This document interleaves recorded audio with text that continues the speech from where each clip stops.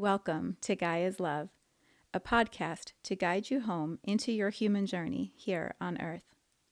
My name is Vivian Gerard, and it is my delight to co-create with Gaia and share our messages from Source in this now moment. Here we go.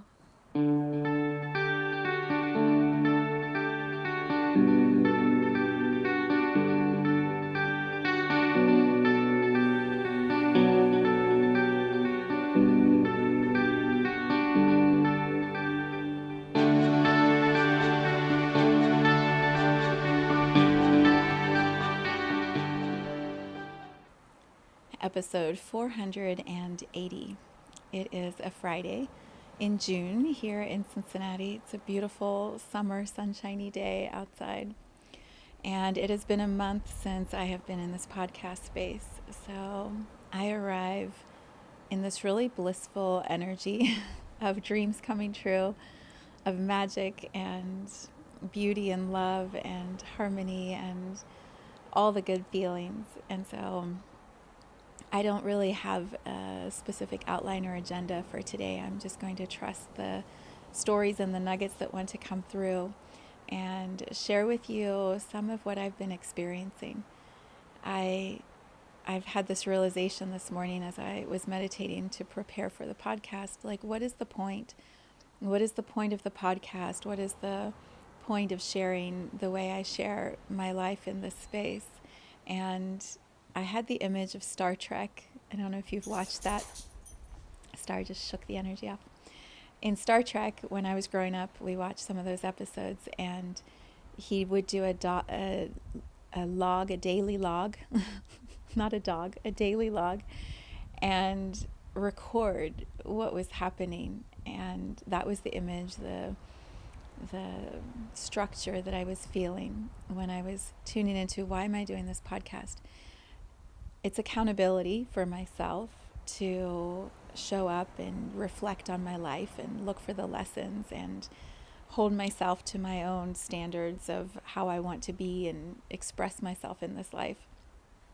And also it's a diary, it's a recording of the energy that I'm in this moment, the things that are most alive and present for me at this time. And each week it shifts. There are cycles and seasons that I can identify as I look back at the list of all the podcast episodes. When I first created them, it was, I don't even know how many years ago now. It was in June. It was years ago.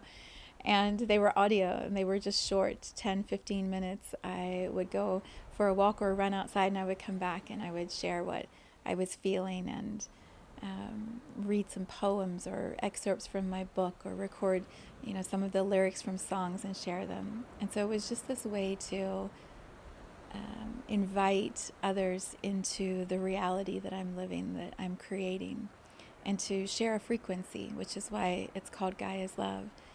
I have such reverence for this planet, for the experience of being a human in the energy field of Gaia, for having the gift of playing with 3D, with the density of the human body and the mind, and how we harmonize that with what our soul is here to experience. The whole process is so beautiful and fascinating to me.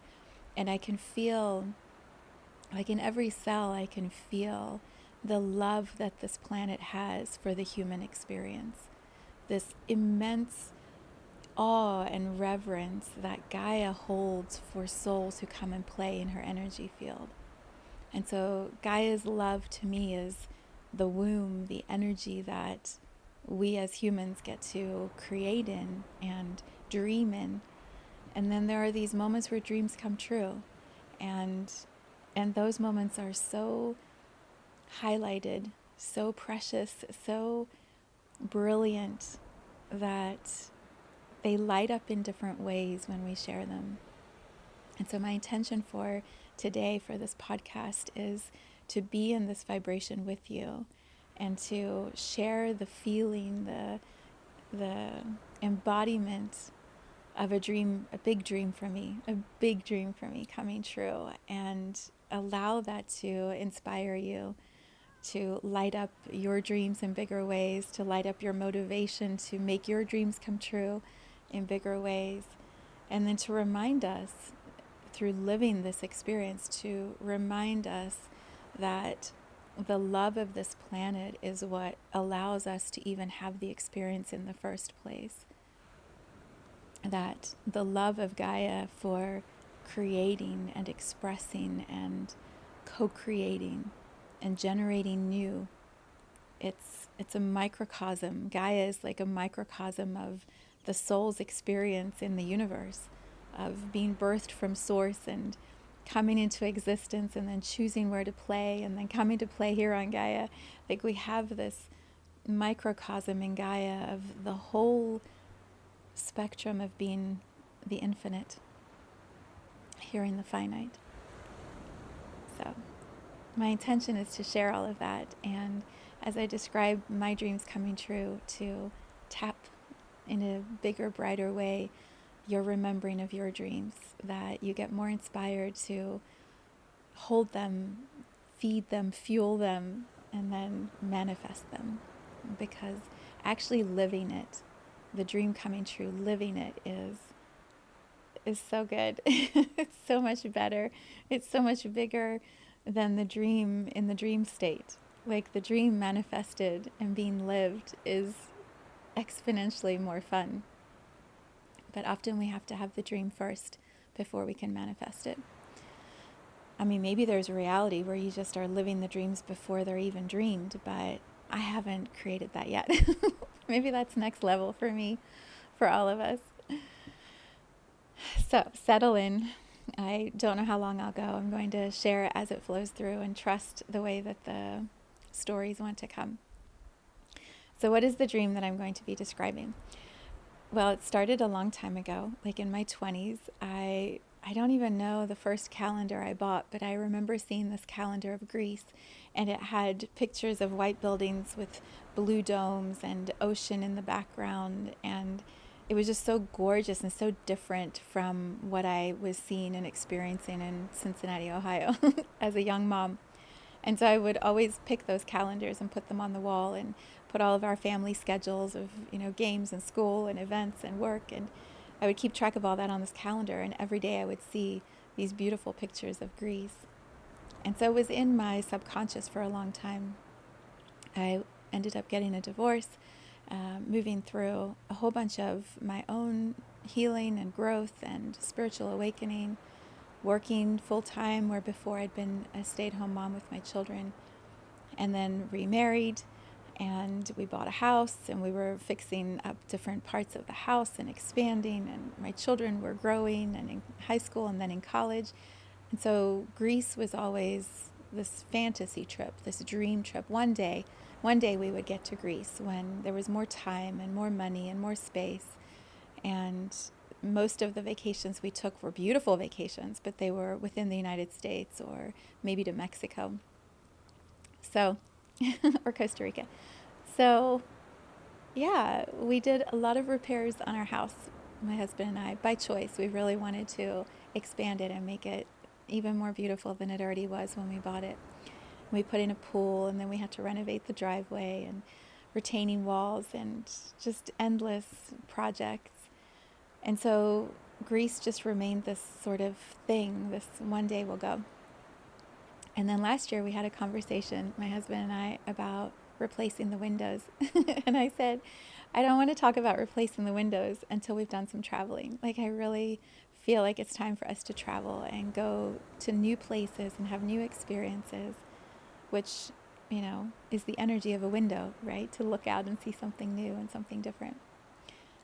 And so I just said that, and then a few months later at Christmas, he surprised me and he said, we're going on vacation, we're going to Greece. I lost it. It was so amazing. I was crying. It was beautiful. It was the most incredible way that he delivered the surprise. And then we started planning it in January, and it went from, a week or 10 days in Greece to 2 weeks in Italy and then Greece. And it was so much fun to plan because I was just playing. I didn't know how I wanted it to go, but the more I would explore and I would read about other people's experiences, I'm like, oh, we have to see this, we have to go here. And so I mapped out this incredible, incredible dream vacation. We worked with the travel agent, we got everything in place. And then from January until the end of May, we were talking about it, preparing for it, doing, a little bit of looking at what we want to do. We didn't plan very much. We booked the hotels and we booked the transfers and airline tickets and things like that, but we didn't actually plan a lot. And there was this anticipation when you know your dream is now actually happening. For me, it was, is it really? Are we actually going to make it onto the airplane? Like, is this for real? And also, I don't want to think too much about it, because if I put too much detail on it, I might be disappointed. So I don't want to overthink, overanalyze. I just sort of feel it like this delicious thing that's about to happen, that's off in the distance, that I know is waiting for me, but I don't want to go too far into it. And so it was this dance for months. It was so fun. We ended up buying a whole bunch of new clothes and suitcases and all the things that we needed for this big trip. And then just suddenly it arrived. It was like all of a sudden it was the end of May and it was time to go. And it was a whirlwind of school ending and packing and getting everything together. And so we got to the airport and I just remember this feeling of, oh my God, legit, we're going. Like, this is actually happening. We're going to be in Italy in 12 hours. We're going to be in Greece in a week. And so the way that I'd mapped it out was we were going to go to the Amalfi Coast for 6 nights, and then we would fly to Mykonos, and we would be in Mykonos for 3 nights, and then over to Santorini, which was the big place I really wanted to see, was Santorini. We would stay there for 4 nights, and then go over to Athens, stay in Athens for 2 nights, and fly home. I mean, epic. Epic vacation. No plans except play. Just have some fun and play. There was one plan I wanted. It was to do a photo shoot in Santorini. And so that was the only thing we really had mapped out. And so we got on the plane, and I don't know. Well, let me also say this. One of my intentions was that the time with my husband and I would be like a honeymoon, so romantic, filled with love, like all of this space that we usually don't have in our lives to connect and talk and laugh and play and just be together without all the distractions that we both normally have and all the things that we hold and do in our daily week and activities. So I was really excited, and the intention was we would be so much closer by the time we came home. The beautiful thing about dreams is sometimes they're so much better than you ever could have even dreamed of. And that's what I'm feeling right now as I reflect on our 2 weeks away. I'm like, oh my God, it was even better. It was so good, and it was even better than that. And yeah. So Italy was amazing. We really loved the food. We loved the wine. We loved the views. We loved the variety of places that you could travel to. We flew into Naples, and then we had a driver who took us to Sorrento, and we were based in Sorrento for 5-6 nights. And then we took a bus all the way down the coast to Amalfi, which was rough because here's one of the ahas I learned is the images, the pictures look incredible, but the actual reality of what you're seeing sometimes is very different than what you picture. So Amalfi Coast is cliffs high up above the water. Like the water's way down there and you're driving on these tiny, tiny, tiny little roads that wind in and out that are super narrow. I don't even know how they built them on the side of the cliff. And so cars are trying to pass. Buses, tour buses are trying to move in and out of these tiny little roads and around these bends where you can't even see if there's a car coming the other way. They have to honk to let each other know that there's a car coming so they don't wreck. If there's a wreck, you're stuck. You sit. There's no movement because there's nowhere to go. You have to somehow clean it up. And then there are these motorcycles, these little mopeds and scooters and motorcycles that weave everywhere in and out that have no regard for lines on a road. Doesn't matter if it says do not cross or this is your side, this is my side. They go wherever they want. And if you're waiting, they'll just go around you. So it's insanity at times. It's absolute insanity. So the reality of the roads is you are in and out and moving and up and down. And if you have any sense of motion sickness, it's torture. It's not good. It's not good. It's it's a lot for the stomach to digest. And so the first day we were there, we went all the way down to Amalfi, which was 2 hours on a bus, and it was a rough trip. It was not great. It was beautiful, but it was not great. And then we got to Amalfi, and it was so cool. It's like one road. Well, when you arrive there, you arrive in by bus or by the ocean, and so there's a lot of water ferries that are there. And so there's a whole bunch of activity at the port, at the entrance, and then there are these like looks like facades, like for a marketplace. You go into it, and then there's this whole world behind the entrance. This entire marketplace, shops, restaurants, there's this huge church, a big square, and then this road that winds up the cliff with little shops and stores all the way up. It was amazing. It was like a little hidden world behind this entrance. And so we wandered around there. I had my first gelato, which was so good. So good. It was big mint with chocolate chunks in it. It was amazing. We went into the church and walked around there, and it was just so much fun. And then in a couple of hours, we had seen what we wanted to see, and we're like, well, now what do we do? So we decided we were not going on the bus. We got on the ferry, and the water ferry, it was kind of raining and cloudy that day, so there was a huge breeze, which felt so good after not feeling very good inside the closed bus. And so we took the water, I guess it's a ferry, yeah, over to Positano. Positano is different than Amalfi. It's like all the shops are on the actual cliff for a big area. Like you have all these little restaurants and stores and hotels built on the side of the cliff. And then the road kind of winds in and around. And so you're not just going on the road with traffic, you're going on the road and you're this far, like 2 feet from the entrance to a shop, from a restaurant, from a hotel. It's all so tight and condensed and magical and different. And there's a lot of steps. So at the base where the ferry is, again, a lot of activity, restaurants, but then there's tons of steps and you wind all the way up. And then at the top is where all the other restaurants and shops are along the road. So we decided to start climbing the steps. About halfway up, there was a guy passing us. We said, are we there yet? Are we close? He's like, no, not even. You got to keep going. Oh my gosh. This was all the first day there. So we walked around there, and then we got on another water ferry, and it took about an hour to get us back to Sorrento. Of course, you're at the base of the cliff, so we pull into the port. We heard that there was an elevator that's inside the mountain or the cliff that takes you from the base up to the street level, so that was huge. We didn't have to do all the steps. So we did that, but then you arrive in the town square of Sorrento. Our hotel, of course, was outside of the square.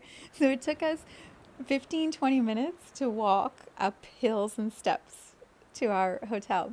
So by the time we got home on the first night, oh my God, we were exhausted, overwhelmed, and also like, what is this? So day 2, we just hung out by the pool. Day 3, we went to Capri, which was amazing. It was so cool. Again, you arrive at the base. This one had a tram, so you could take a tram all the way up to the top.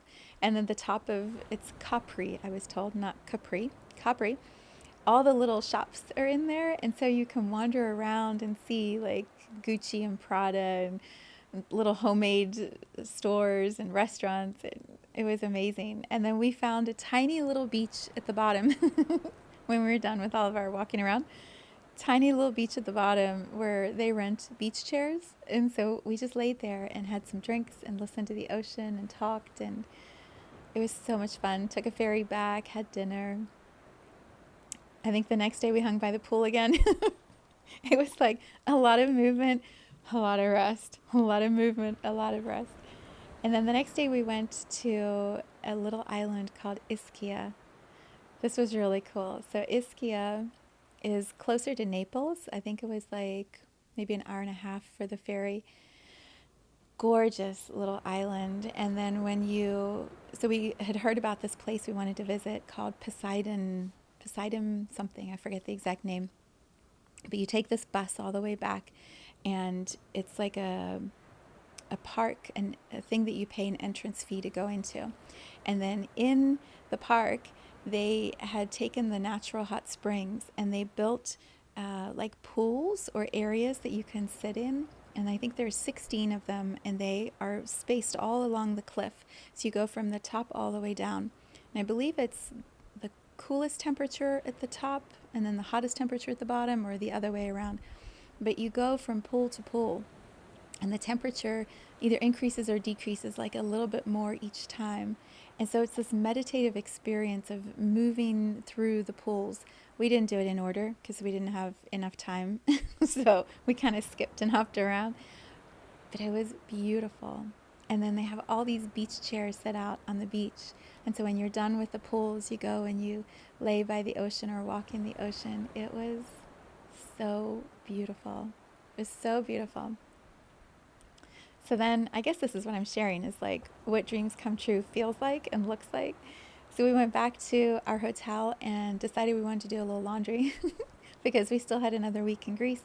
So we took our bag with all of our dirty stuff and we went a little bit down the hill from our hotel, and there was a little laundromat there. And right next door was a dessert sandwich store. So we started our laundry and then we got a little sandwich, a little dessert. And then next to it was a store where the guy makes his own wine. So we bought a whole liter of wine for €3, which was the best. And we sat at the table while our laundry was running, drinking wine, eating sandwiches, having dessert, talking to the people that were walking by. It was one of the most fun nights. And it was not, like, if you had asked me, do you want to do laundry in Italy? I would have been like, no. But it was so fun. It was just one of those moments with my husband where I'm just like, God, I'm so lucky. I'm so lucky that you're the one that I picked and that I'm the one you picked. And we get to do this and make these new memories that are 10 times better than what I could have written or created in my dream. It was amazing. So Sorrento was magic. We loved it. We loved walking around. We loved the shopping. We loved the people that we got to sit and talk with and meet. And I think the people who work in Italy that we met were so happy to be in service and connecting with people from different places. All the drivers were so excited to be practicing their English, which made me really feel ashamed that I hadn't learned any Italian. So next time we travel, I'm going to make an effort to learn the language because I should and I will. But it was just so fun to be in conversations with people about what are their lives like, and where do they live? How did they get into this work? Do they like the life that they're leading? What are their dreams? Where do they want to travel? What do they do on their days off? Like, we just had the best conversations everywhere we went. And the prosciutto, is that how you say prosciutto? Oh my God. That was my favorite part of the food. Pasta was good, pizza was good, the wine was good, but the prosciutto, amazing. They had it on the buffet for breakfast every morning. I was like, what life is this that I get to have freshly squeezed orange juice and prosciutto for breakfast with an omelet freshly made by this beautiful woman. Oh, so fun. So that was Italy. Italy exceeded our expectations. It was magic. We loved it. Oh, the Blue Grotto was closed when we went to Capri, which was kind of a bummer, but there were so many other things that made up for it. So now we have to go back because I want to see the Blue Grotto again. Well, once, sometime. So then we went by plane from Naples to Mykonos. Oh my God, Mykonos.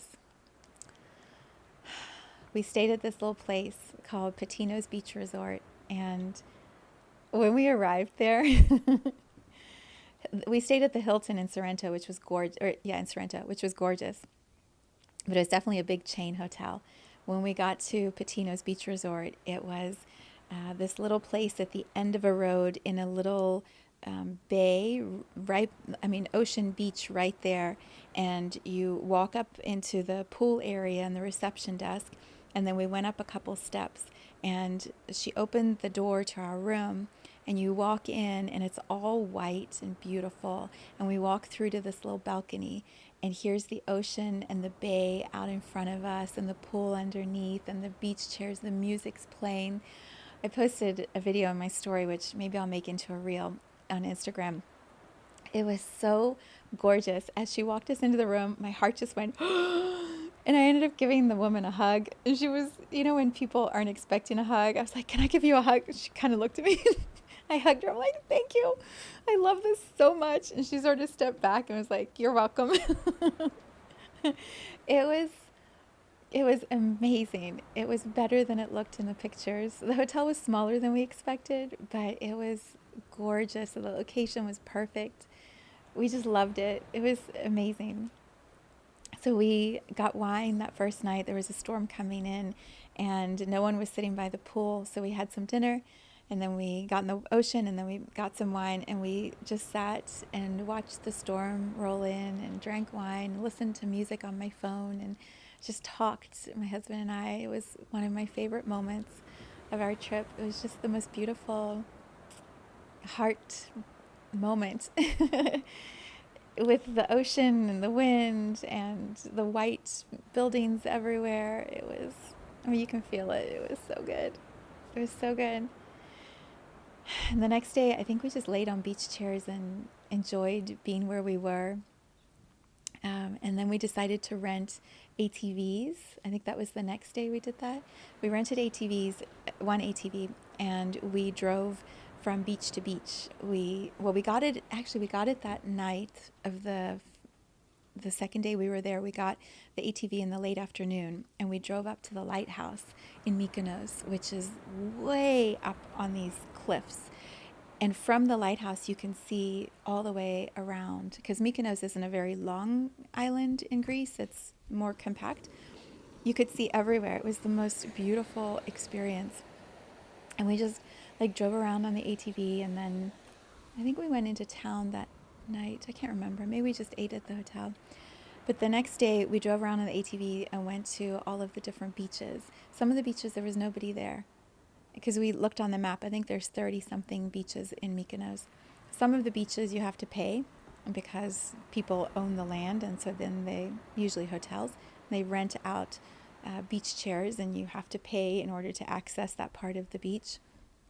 We had the most beautiful lunch at this little restaurant, and then went and laid on the beach and had a drink and listened to the DJ who was playing music, and splashed in the water, and then got back on the ATV and drove to another beach. It was so much fun. And then that night we went into town. I think that was our last night there. We went into Old Port. This is one of the best moments of the trip.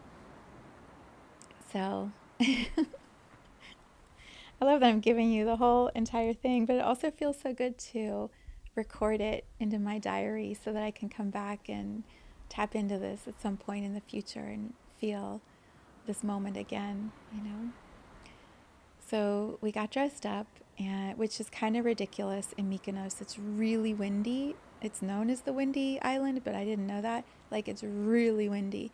And when you go into the Old Port Mykonos, where all the restaurants and the bars and the nightclubs and the shops are, there's so much wind. It just blows you away. Well, they have these beautiful windmills at the top of the hill with the town below. And of course, the windmills are there because there's a lot of wind. But we all go super dressed up and looking pretty, wanting our pictures in front of the windmill. And then the wind is like, and so every picture you've got hair all over. Your clothes are sticking to you funny because the wind is almost knocking you over. And everyone's just trying to get a picture of themselves with a partner. So people are trying to trade, and it's the funniest thing. So we got our pictures, And then we went down to the pier, and the waves are just crashing up on the pier. And I said to my husband, maybe we can find a place and have like a little drink during sunset, because everybody goes for sunsets. Like, this is Greece, from what I learned. It's all about the sunset. I was sold in the marketing on the sunset. So we go for the sunset. So there's crowds of people that are all gathering in front of the ocean to watch the sunset. And I said, maybe we can find a place to have a drink. So we walk down the pier away from the crowds, like out towards the edge of the water. And there's this one tiny little restaurant that, I don't know, maybe it was a lighthouse ages ago. I don't know what it was. But it's this old building, maybe a church. And as we're walking by, the woman says, we do drinks if you want to come in and have a drink. And I was like, oh, perfect. So I said to my husband, let's go inside and have a drink. So we go into this little building. It's all painted yellow. Every table is set beautifully. It's small. There's not a lot of tables.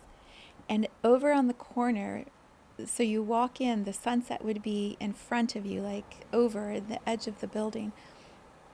Right at that place are all these little windows, like a tiny, beautiful, little decorated old window. And you can see the cliffs, or you can see the ocean and the rocks and the sunset outside through the window. Nobody's in there, just the waiters, the waitresses. I was like, oh my God, yeah, we're going to have a drink right here. The table by the window, please. So we sat down, we ordered our drink, and I'm looking out the window, sitting in my chair with my husband next to me, the sun setting, the waves crashing, nobody around, this beautifully decorated place. It was the most magical, beautiful moment of like the highest frequency. It was like I could feel this is a potential moment or reality that I can live again and again. There are little places like this all around the world that we can find where we're so in the moment of the beauty of the nature of Gaia, of Gaia's love. Like, we're so in the mystical presence of the force of this planet, the gorgeousness of this planet. And we don't have to have crowds of people, because we were in this tiny little restaurant, sort of buffeted at the end of the pier, and just a few feet away were thousands of people. I'm not kidding. Thousands of people. Lots of noise, lots of activity, and you couldn't hear any of it. And we're just sitting having our drinks, talking about where we're going to go for dinner. It was amazing. The drinks were outrageously expensive. It was the most we spent for a cocktail. And also, the moment was impeccable in its beauty. My husband had my camera, and he took a little video of me, and I was like, I love you. And he was like, what? I was like, I love you. And so I made that into a little reel that I shared when I got back home. So you can see that if you want on my Instagram page, Infinite Embodiment in Gaia. It was such a moment. It was such a moment. So then we left the restaurant. We were done with our cocktails and found a place, and the dinner was disappointing. We were tired, and it had been a long day. And it was really hard to hold that level of frequency. So, ba-dum-bum.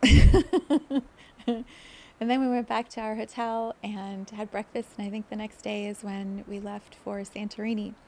So we decided to take a water ferry because it's not that far. The fast speed water ferry that was 2 hours. So we got our bags, we got down to the dock, we got on the ferry, and the ferry was in the water, and neither of us felt very good. It was a rough 2 hours. So we arrived in Santorini, tired, nauseous. It was the middle of the day. We were late because everything started late and ran late. The driver picked us up, and we're looking at the island, and I hadn't really looked beyond the little tiny town that I'd booked us a hotel in on the cliffs with all the white buildings.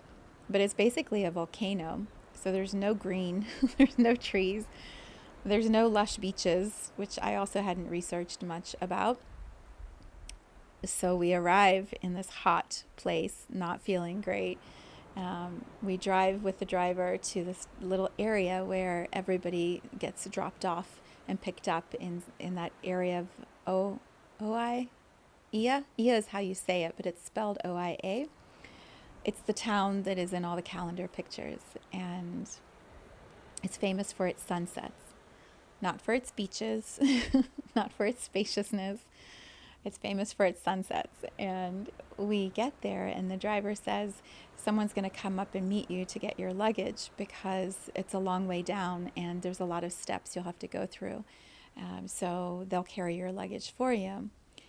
And I'm starting to think, I don't know if I quite realized what we've signed up for. What are we doing? So we get out. It's really hot. These beautiful men show up. They pick up our luggage, which was so heavy, and they just start moving. And my husband and I are trying to keep up. And there's crowds of people on these tiny little, they're not roads. They're like little pathways between shops and restaurants up high on a cliff. And so we're winding around, and then we see that we need to go down the steps, down the cliff to get to our hotel, which was a tiny little cave place. You know how you see the pictures of the caves?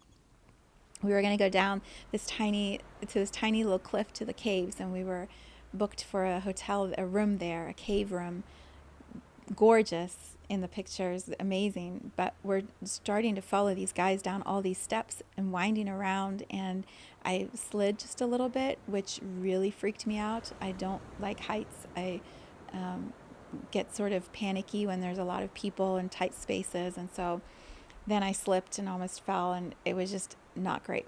It was not great.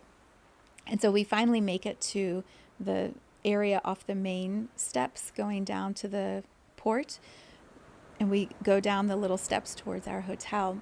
And I'm following my husband and these people who are carrying our luggage, and I'm starting to think, what are we doing? And we get to the little hotel that's on the cliff. I can't even call it a hotel. It's like a bed and breakfast feeling.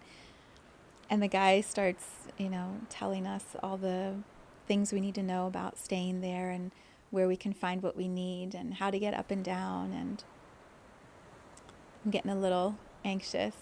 And he takes us down some steps and up some steps, and everything is tiny and narrow and steep. And I'm trying to not look at the cliff because I'm afraid of falling. And we open the door, and the room's beautiful, but it's set all the way back in this cave, which I knew when I signed up it was going to be a cave. But somehow in my mind, I didn't quite make the connections. And then we open the little window shutters up, and we're looking at a cliff, at the red rock, not at the ocean. And I'm like, what is happening? This is supposed to be the highlight of the trip, and I'm not feeling very good about it. And so he leaves after he gets us in our room. And my husband and I kind of look at each other, we're like, what did we do? We're here for 4 nights. Like, what is going to happen? And we were so tired and nauseous and not great. So we just laid down. We took a nap. And then we walked for dinner. We walked all the way up the steps to get some food, all the way back down. And we watched the first sunset from our room, which was beautiful. It was the best sunset of the whole 4 nights. So I'm so glad we watched it from our room. And it was really cool because you could see all the people who gathered along the cliff. We were on the cliff looking out at there's like a curve. And so we're looking back at all the people who had gathered to watch the sunset, which was amazing. And the sunset was beautiful. And there were boats down in the ocean and people on the cliffs. And when it actually hit the water, when the sun met the water, everyone started clapping and cheering. And the boats were honking their horns. And you could just feel and hear this beautiful celebration. I was like, okay, this is why we're here. Like, we're here for this moment. And it's so beautiful. And then we went to sleep. We woke up in the morning. We're like, we have to climb the steps to get up. What are we going to do all day? The pool was tiny. There were a lot of people. We tried to kind of hang out a little bit by the pool, and I don't know.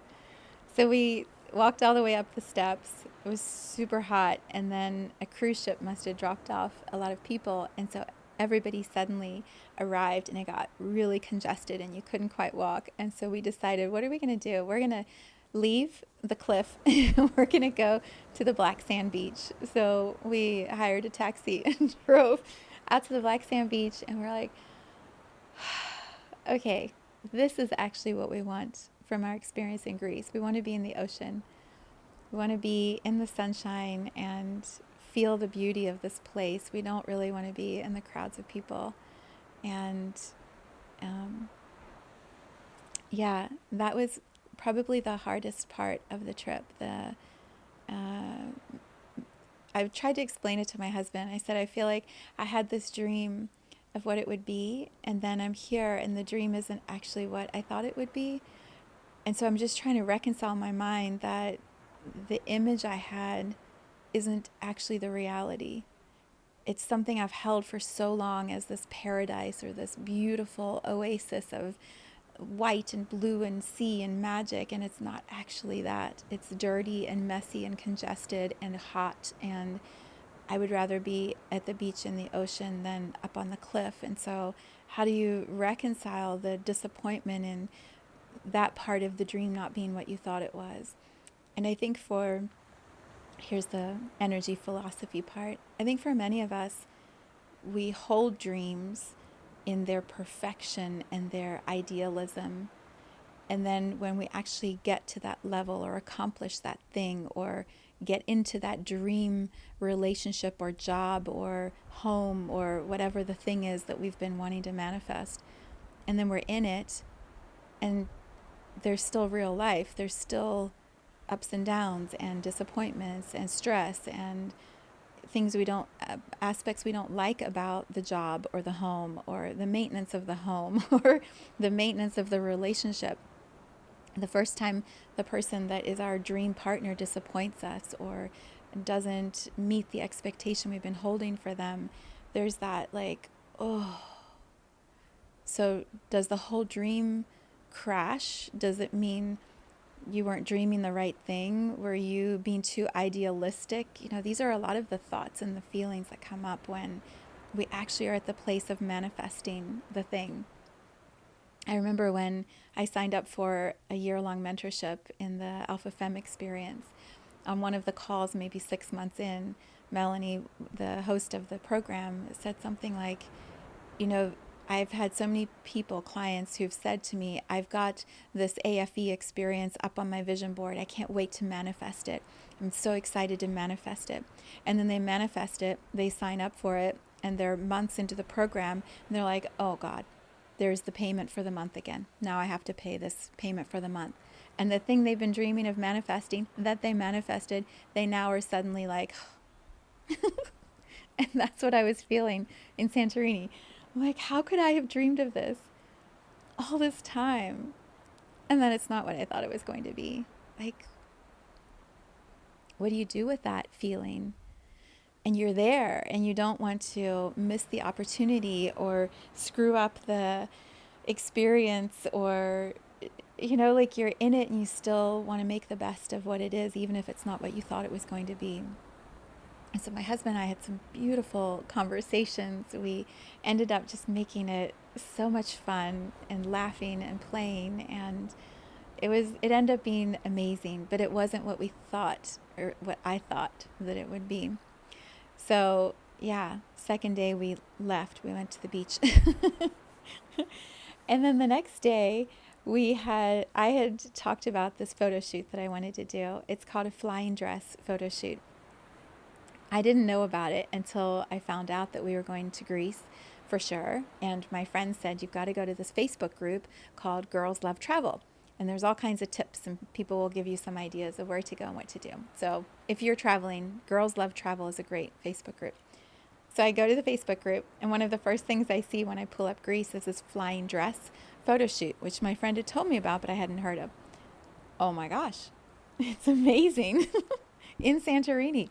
So you're up on the cliff with these beautiful white buildings and blue roofs, and then there's this dress with this massive train that's really shiny, and they fly it up in the air and then capture it in a photograph. And so the sunlight is all around, and you just look and feel like a goddess in the picture.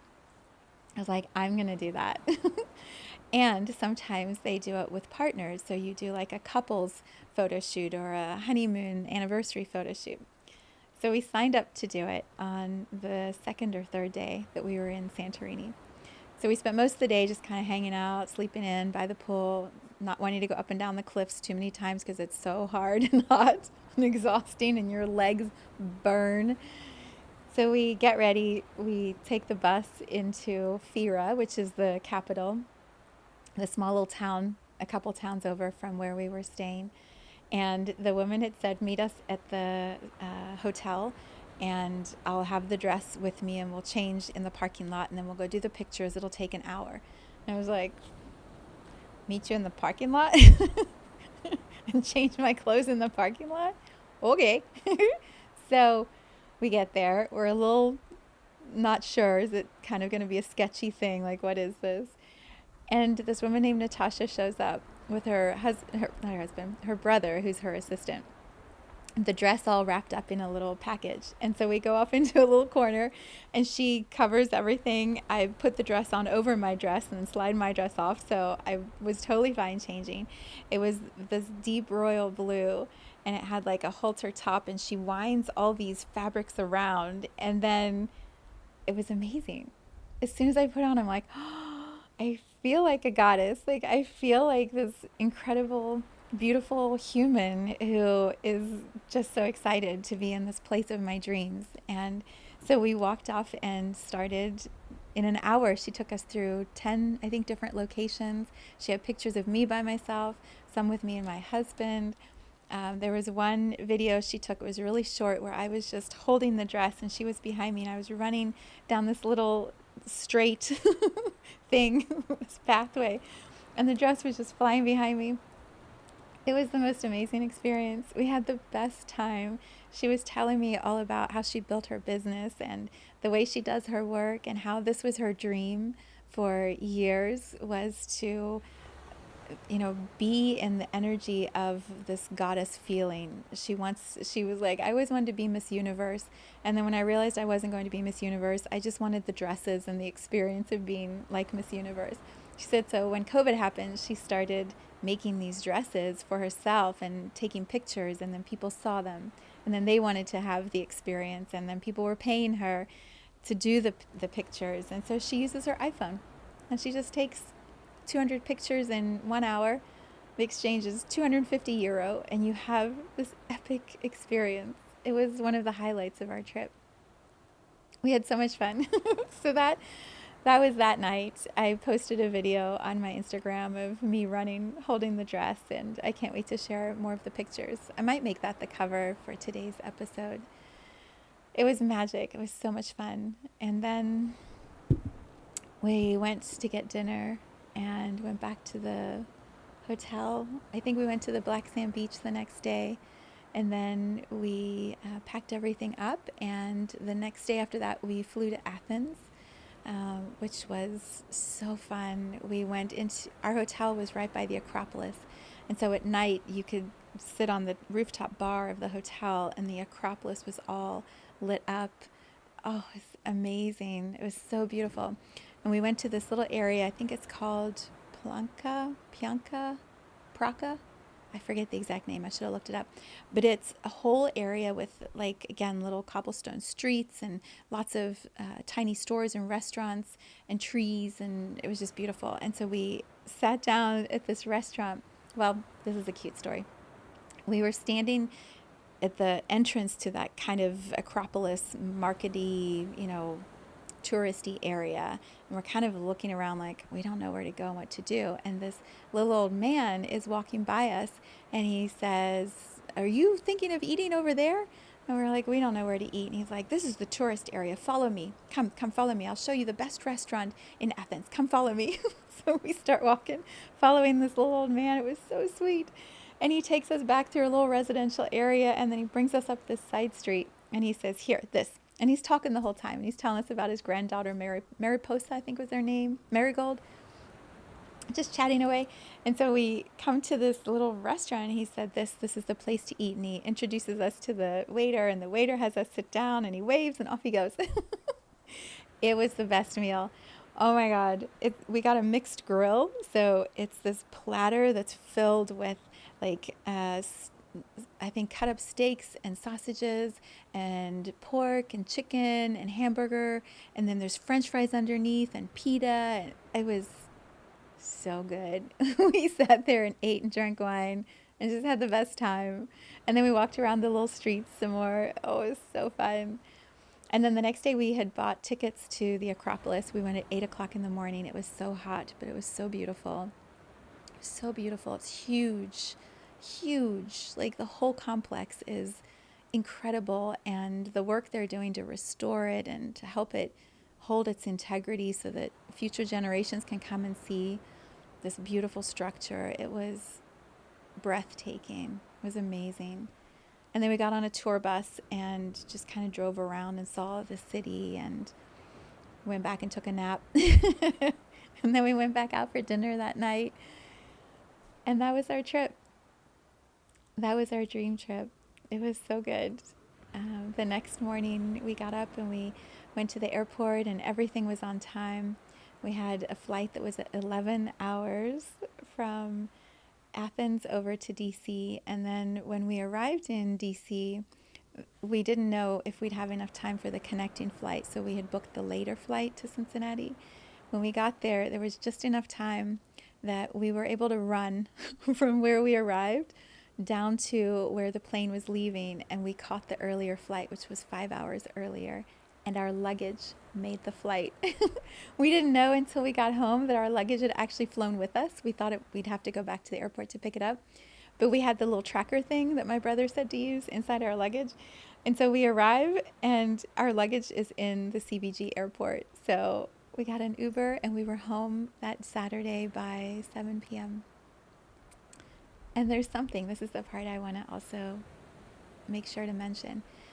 There's something about going away and experiencing that much beauty and magic and connection and feeling like your dreams, hold on, stars sniffing something. Like to be able to go and have that expansive of an experience and feel like the cultures that are different, that are running parallel to the culture we're in here, the realities that are all happening simultaneously. You know, I could go on for hours about the lives that people are living that we were talking to. They're all happening at the same time as me sitting here recording this podcast right now in my home in Ohio. At the same time, there's all these other billions of people living different realities, and they're all happening in Gaia at the same time. Coming home from experiencing that much richness and beauty and connection and inspiration and disappointment and excitement and all of it, and then pulling up our driveway and seeing our home and seeing our dog at the window, like, where have you been? And our cat, there was a turtle in the middle of the driveway, and the Uber driver was so excited. She's like, oh my God, there's a turtle. There's a turtle in the middle of your driveway. And our cat, Katniss, like came out because she's an indoor-outdoor cat and she was outside at the time. And she's rolling around on the driveway and like just saying, you know, whatever, you travel the world, I'm still here. This is my queendom. And Jade waiting for us inside, and my son who managed the house the whole time we were gone. Like it was so beautiful to come home and to climb into bed together that night and feel like how much closer we even were than before. And also, I love my life here with my husband. I love my home. I love the work that I do. I love that I get to show up and share this in a podcast, and it'll be anchored into technology for me forever and shared with you. It's such a beautiful reality that I'm living. It's such a good life, and dreams come true. And also, like, I'm living the best dream come true. And I know that. And it's still okay to keep dreaming the dreams. It's still okay to keep wanting something more and next, and, you know, expanding, even as we're in the gratitude of right now. This is bliss. This is magic. So that's the frequency I'm in.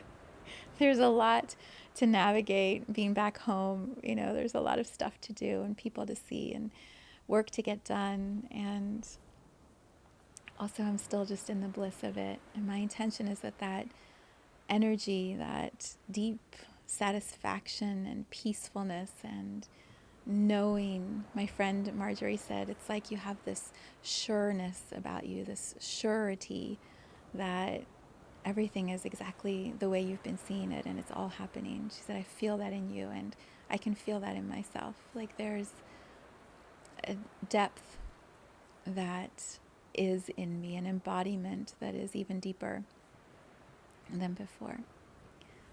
And there's still so much magic ahead. So that was a very long episode. And also, it feels so good to have all of that put into an audio that I'll be able to listen to again. So thank you for being in the space of Gaia's love with me. I trust that when I share, it activates more love, more inspiration, more magic in your life just by me sharing what's happening in mine. So any reflections or magic you want to share back, I always love hearing that. If you want to tell me what dream you're focusing on manifesting, of course I would love to hear that and celebrate that with you. And then there are all the spaces that I play in. So Insight Timer, oh my God, I'm having so much fun over there. We've been doing live with Vivies, and they're just the best. So much fun. We're reading energy and pulling cards and building community. I offer sessions, obviously, still doing that, which are beautiful. I have the practicum community. I mean, there's just so much magic happening in the world and in the way that I play in my life. So if you want to connect, you know where I am. We have the Summer Solstice just behind us yesterday.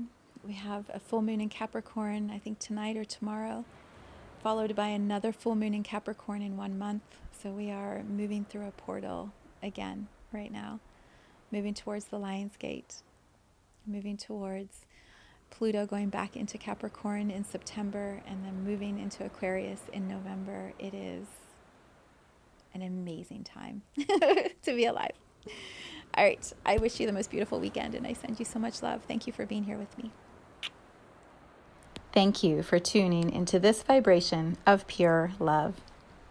Let's take this message of Gaia's love out into all of our relationships and communities today. So much love from my heart to yours.